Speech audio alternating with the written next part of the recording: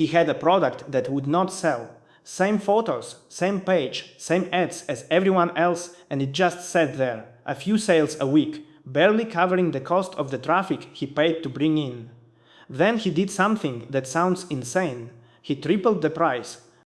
He did not improve the product. He did not change the supplier. He did not shoot a single new photo. He raised the price to 3 times what it was, and the thing that had been crawling started to sell more. Not fewer orders at a higher price, more orders at triple the price. Here is the part that should stop you cold. The thing he changed was not the price at all. The price was just the visible side of it. What he actually changed was sitting in plain sight, the same lever almost every store owner walks straight past because they are too busy fixing the one thing that was never broken. I am going to walk you up the exact ladder he climbed, one layer at a time, from the small changes you have half heard about, all the way to the single move at the top that makes the price feel almost irrelevant. And that top move, the one that actually flipped it, I am saving for the end, because it only makes sense once you have watched every smaller layer stack up underneath it. Stay with me, because by the time we get there, you are going to see your own store the way he saw his. Let me tell you exactly how bad it was before, so the turn lands the way it should. The product was fine, not amazing, not garbage, just fine, the kind of thing you would scroll past without a second thought. He was selling it for around $30.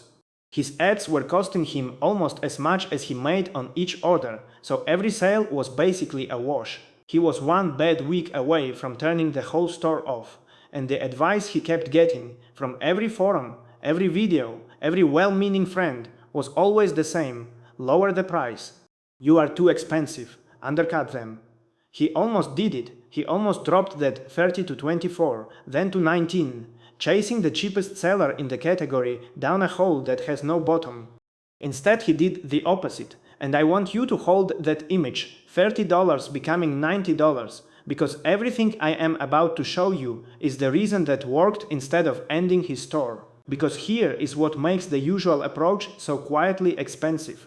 When your store is not selling, you go and fix the product, you add another photo, you rewrite the description for the 5th time. You knock a few dollars off the price, because surely it is too expensive, surely that is the problem. And none of it moves the needle, because you are polishing the object when the object was never the thing being bought. Think about the last thing you yourself bought online that cost real money. You did not buy it because the 6th photo was slightly sharper than the 5th. You bought it because, somewhere in your head, a small story finished. This will fix my thing, I will not regret this. I can trust these people. That story is what you paid for. The product was just the excuse. A cold stranger is not weighing your product against nothing. They are weighing the whole decision. The price, the risk, the weight, the doubt, all of it at once. And almost every owner spends all their energy on the one piece of that decision that matters the least. Hold on to that, because once you see what people actually buy, you cannot unsee how backwards the usual fixing really is. So let me give you the one idea this entire video rests on, and then we climb. People do not buy products, they buy a decision that feels easy and safe to say yes to. The product is just the thing sitting in the middle of that decision. Everything around it, the promise, the risk, the reason to act, that is the offer, and the offer is the part you can actually change. The man who tripled his price did not build a better product. He built a better offer around the exact same product. He changed nothing you could photograph and everything you could feel. And here is why that matters so much for you specifically. Your competitor can copy your product in a week. They can copy your photos in an afternoon. They can undercut your price in about 10 seconds, but the offer, the whole shape of the decision, that is the one thing they almost never think to steal, because they are too busy fighting over the object too. It starts with something so simple, it almost sounds like a letdown, and by the end you will see why the simple thing was load-bearing the entire time. Layer 1. He stopped selling the object and started selling the after. Before, his page described the thing. What it was made of, how big it was, the specifications, the features, a tidy list of facts. Dimensions, materials, a little chart, the kind of page you have made 100 times because it feels responsible. Nobody buys facts. Facts are what you use to justify a decision you already made with your gut. What he changed was simple. He stopped describing the product and started describing the moment after someone owns it. Not the material, but the calm of the problem finally being gone. Not the dimensions, but the version of their life where the annoying thing no longer happens. Here is what that looks like in real words. His old page said, made from high-grade material, lightweight, easy to store. His new page said, the first night you use this, the thing that has been bugging you for months is just quietly handled, and you barely notice it is gone, which is exactly the point. Same product, one sentence talks about a shelf, the other talks about a life. Same product, completely different thing being sold. One is an object on a shelf, the other is a small, specific, better tomorrow. But naming a better tomorrow is not enough on its own, because a stranger has heard 1,000 promises before yours, and every one of them wants their money. So the next layer is about the quiet voice in their head that stops them, the one that speaks up the exact second they reach for their card. Layer 2. He killed the risk before they could feel it. Here is what actually happens in a cold visitor's mind. They want it, a little. And right behind that want, instantly, comes the fear. What if it does not work? What if it is junk? What if I wait a week and it shows up and it is nothing like the photos and now I am out the money and I feel stupid? That fear is the real thing standing between you and the sale, not the price. And notice how quiet it is. The buyer never types out that fear. They do not email you and say, I am scared, this is a scam. They just close the tab. To you it looks like nobody wanted it. In reality, plenty of them wanted it and the fear won. So he took the fear and he ate it himself. A guarantee so calm and so total that the buyer had nothing left to lose. Try it, and if it is not what you hoped, you are covered. No fight, no fine print, no shipping it back at your own cost in the original packaging within a cruel little window. Just, you are safe, keep it and see. The moment the risk moves off the buyer and onto you, the whole decision gets lighter. And here is the strange part. When you remove the risk, you can charge more, not less, because you just removed the exact reason a nervous stranger says not right now. Most owners do the opposite. They keep the risk on the customer and drop the price to make up for it. They basically say, I know this is a gamble, so here is 10% off to make the gamble sting a little less. And that is the trait that quietly bleeds them, because a discount does not answer fear, it just makes the thing you are scared of slightly cheaper. But even a bold promise with the risk removed can still sit there, unbought, and the third layer is the reason why. Layer 3. He made saying yes feel like a steal without touching the product. This is the one that sounds like a trick and is not. He kept the product exactly the same and he stacked things around it.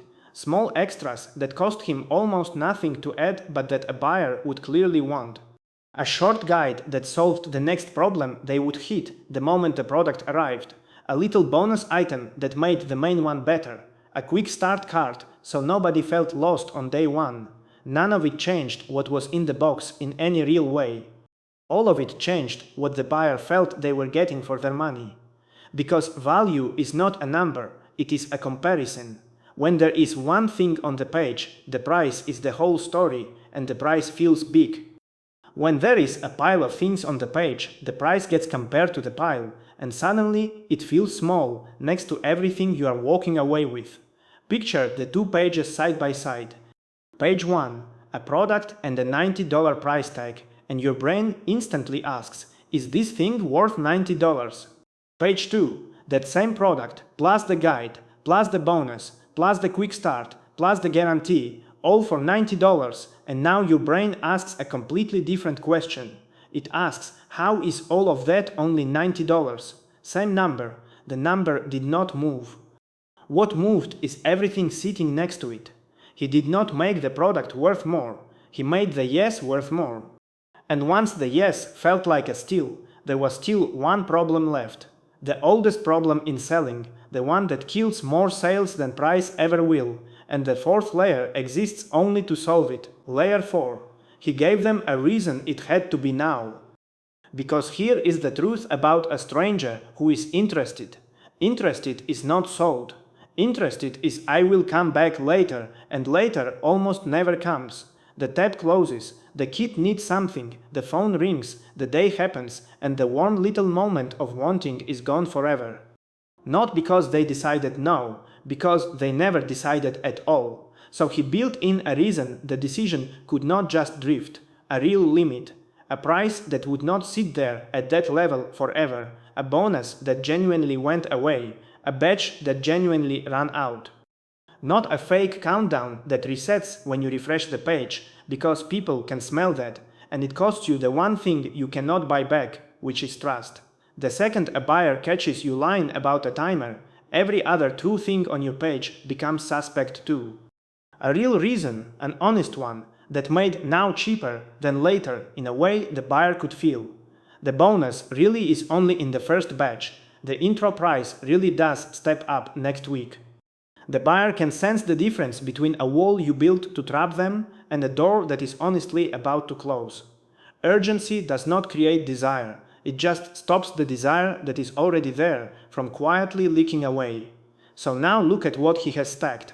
He sells the after, not the object. He ate the risk. He piled up the value so the price feels small. He gave them a reason to move today. And an offer built like that already beats almost every competitor, still fiddling with their photos, still knocking $1 off, still wondering why the traffic is not converting.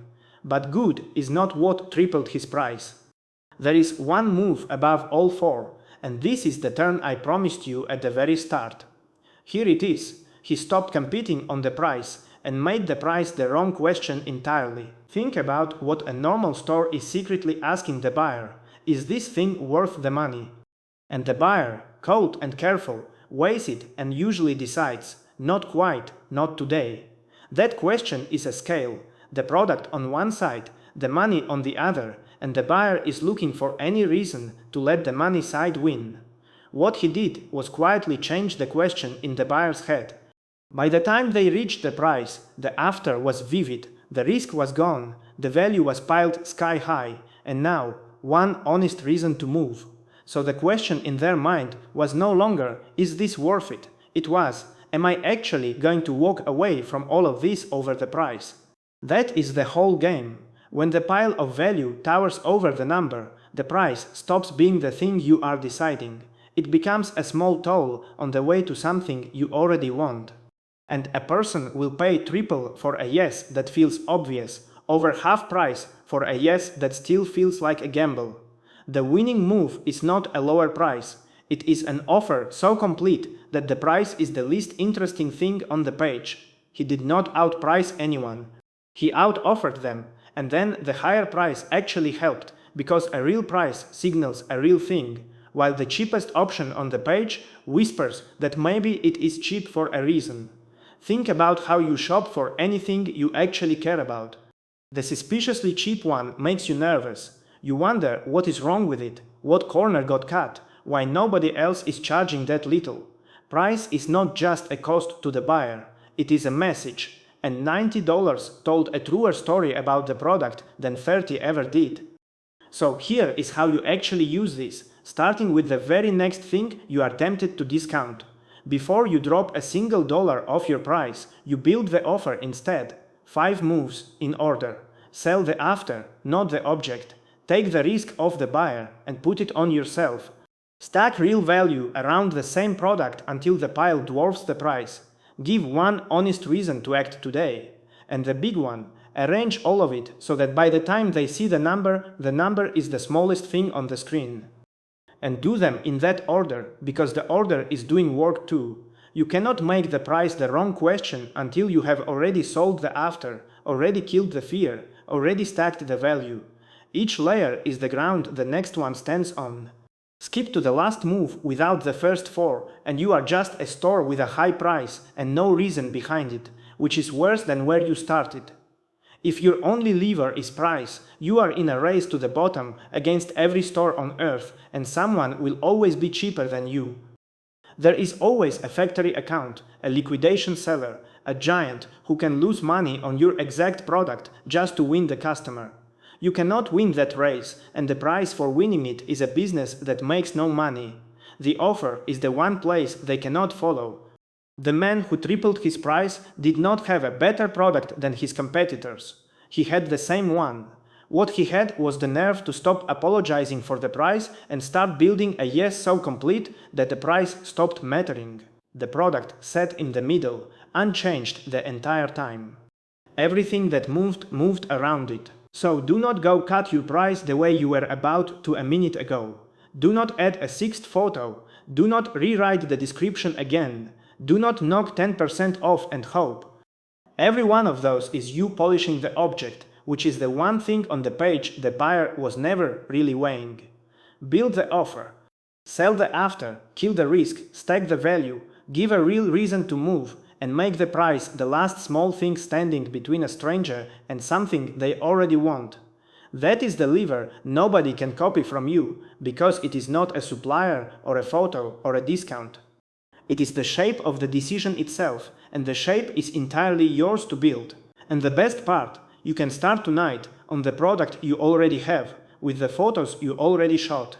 Nothing to buy, nothing to reorder, nothing to wait for in the mail.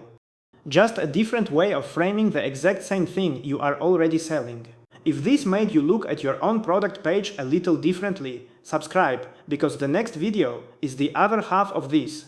Once your offer is built, how to write the one guarantee line that removes a stranger's fear in a single sentence. The exact wording that eats the risk without eating your business, so you can charge more and sleep fine doing it. And I put the full offer builder, the 5 moves in order, the same checklist to run before you ever touch your price again, down in the description, free, so you never race to the bottom on price again. Build the offer before you cut the price. All 5 moves in order, and watch the number stop being the thing anyone is really deciding.